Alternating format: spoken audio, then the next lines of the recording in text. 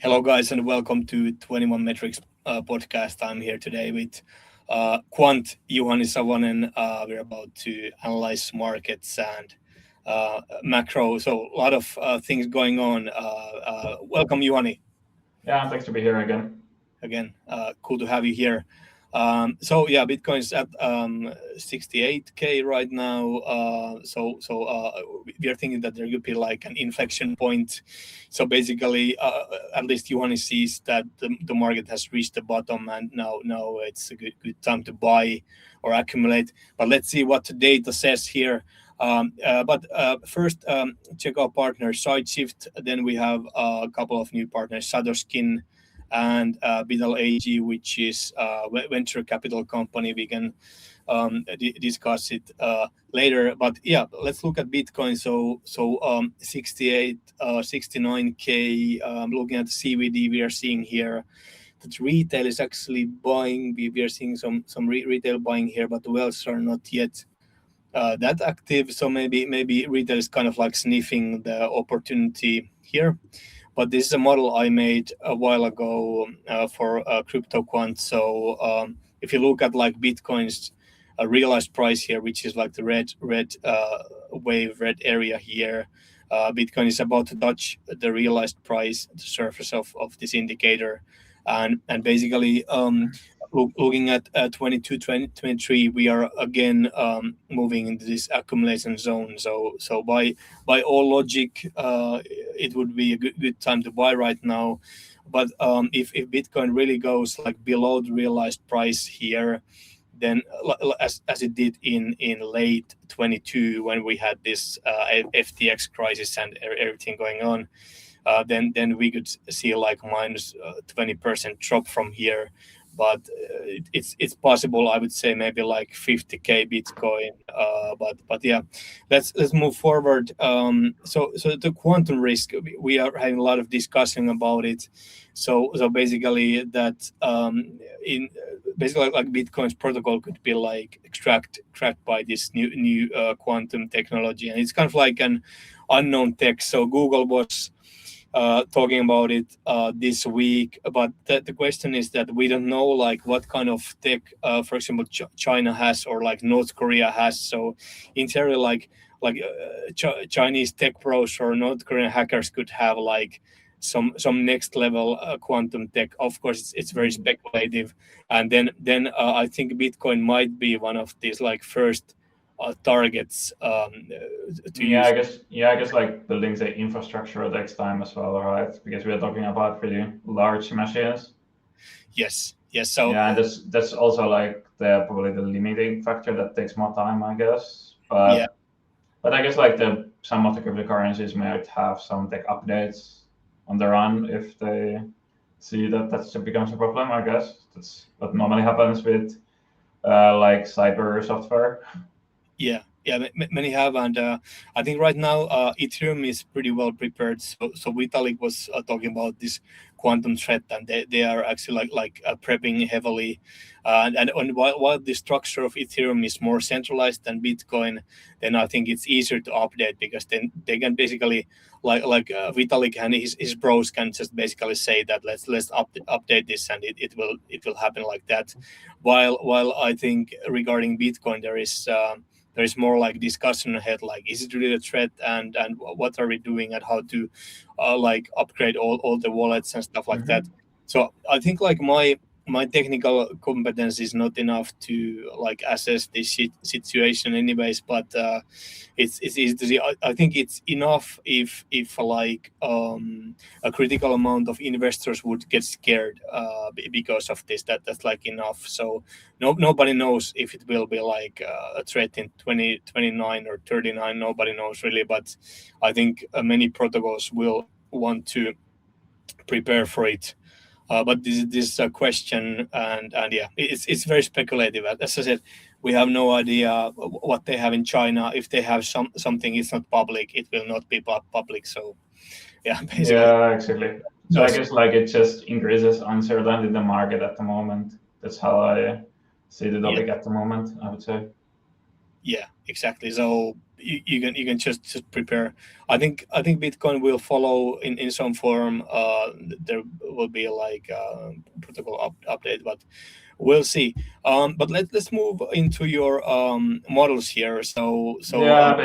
Yeah, exactly. So in the fundamentals, we continue to improve. So we clearly have seen the bottom in the early 26 already, like January, I think. Like first week of January was kind of like the bottom in the Bitcoin on-chain activity. So we're now going up, and that's also what we see in some of the news flows, that they're getting more positive as well. But normally, like this on-chain trend change takes like 6 months, so we probably see more people believing in the bull run in the end of the year. I think that's like what happened also in 22 when we had the last time the cycle upwards, and that took also like in the end of the year before the market actually was consistently trading upwards. So there might be like jumpy road ahead, like there might be the drop that you mentioned, or something else happens that causes Bitcoin prices to decrease before they continue to follow the trend of the on-chain, because like I said, there's like the long lag. What I checked last time was like 6 months, I think.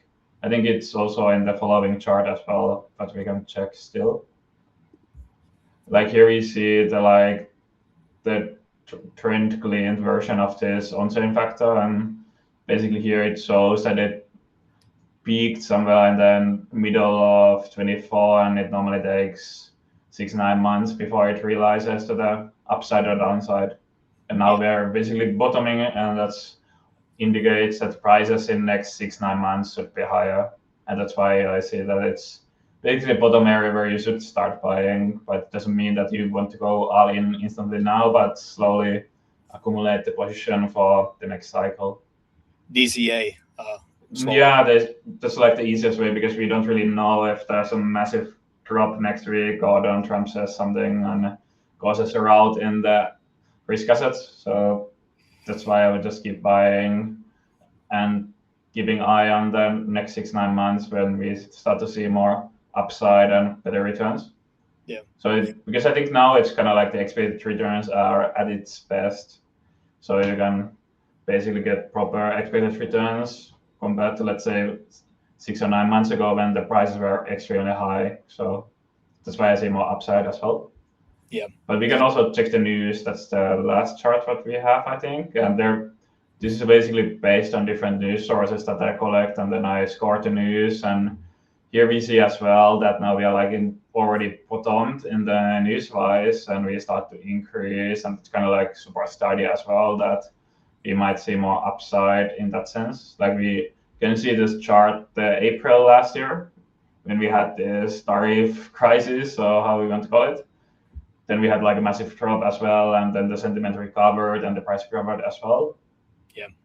Yeah, and also like if you look back to the 23 as well, you can see there the increase and then decreases match quite well with the price behavior. So that's also makes me a bit more optimistic in next following weeks that we might have a higher prices, or at least the news flow continues to support the idea.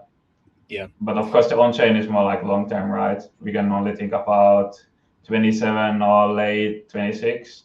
We should start to see proper upside again. If we revisit this first chart, fundamental factor, what kind of data have you used for this? For instance, like what it costs to mine one Bitcoin, like hash rate, that kind of information, but also like how many addresses one has in the on-chain, like if there's more accounts coming online and how many accounts are active. So if more accounts are active and more blocks get retrieved, then you see more activity, and that's normally in the digital asset world, like activity is really good signal for indicating if your asset value should go up or down, like because most of the theoretical models that some people in academia have worked on basically just measure digital asset value per user, so active users. Yeah. And this kind of like supports the idea that when we get more activity, more users, then Bitcoins would be valued higher. Plus inflation, of course, if you add some sort of inflationary factor that on long run stock prices and risk assets would go up. Yeah. But the cyclicality of digital asset world comes from users, I think. Yeah. And because of the model giving us like basically lead indications what would happen in the market in the next 6-9 months, and that's why I'm really optimistic of buying now. Yeah.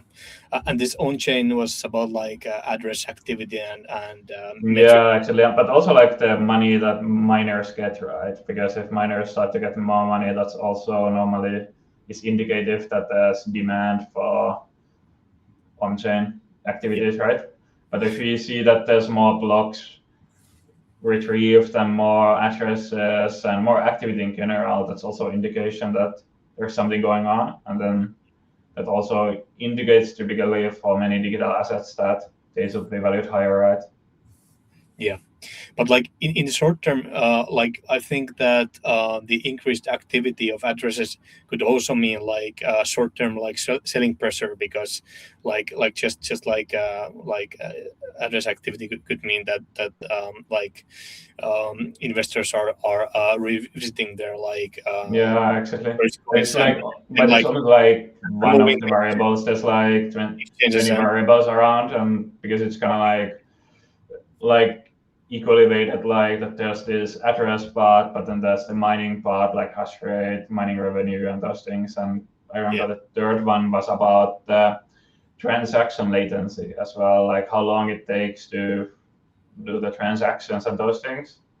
And those have also indications of where the price should go. Yeah.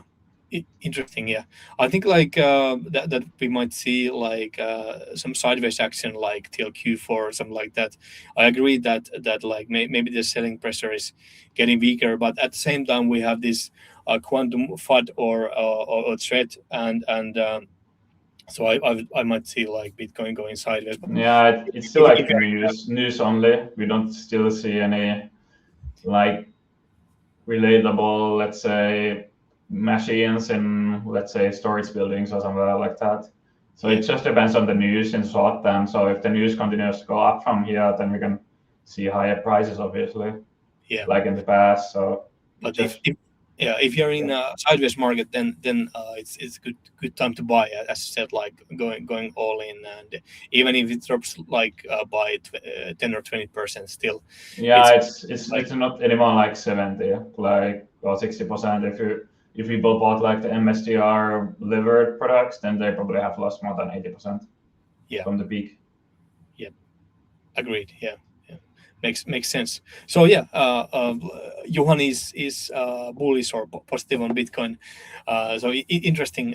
So I'm more like neutral maybe, but I agree that looking at your models, we have to be close to the like inflection point here. So yeah, interesting thoughts.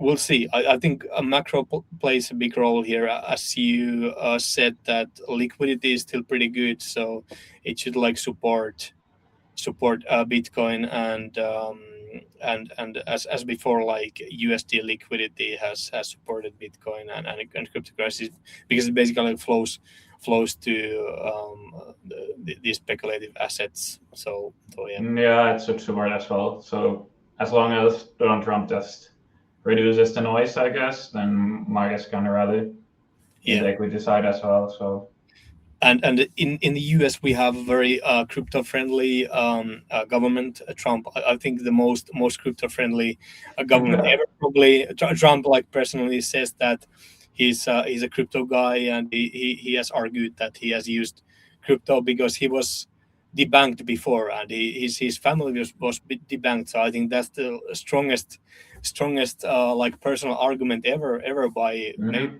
any politician, and he's not the president, so that's a huge boost. But we'll see. So yeah, kind of like it takes some time, I think, and then we see how it plays out. Think about like hype cycles or crypto cycles. Anyways, I think we might need like a new kind of narrative here, maybe, because like each year has like 17 we had this ICOs, or it was back in 16 to 17, and then we had this like institutional Bitcoin thesis from 2020. I think Michael Saylor started to accumulate Bitcoin with MSTR in 2020, and that like it has lasted till 26 now. So the question is, are we going to see like a new kind of narrative? What could it be?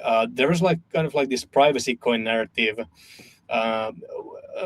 Like we had a lot of these SF based, Silicon Valley based investors pumping Zcash or ZEC as kind of like alternative to Bitcoin. But could we see some kind of, I don't know, privacy coin hype or something? But I feel like we need some kind of like new narrative here. Could it be like RWAs, like oil gold based cryptos? Like yeah, it could be like the organization, at least it's like where we have clear user case. Yeah, tokenization, and we have like tokenized gold is very popular using PaxG and XAUT.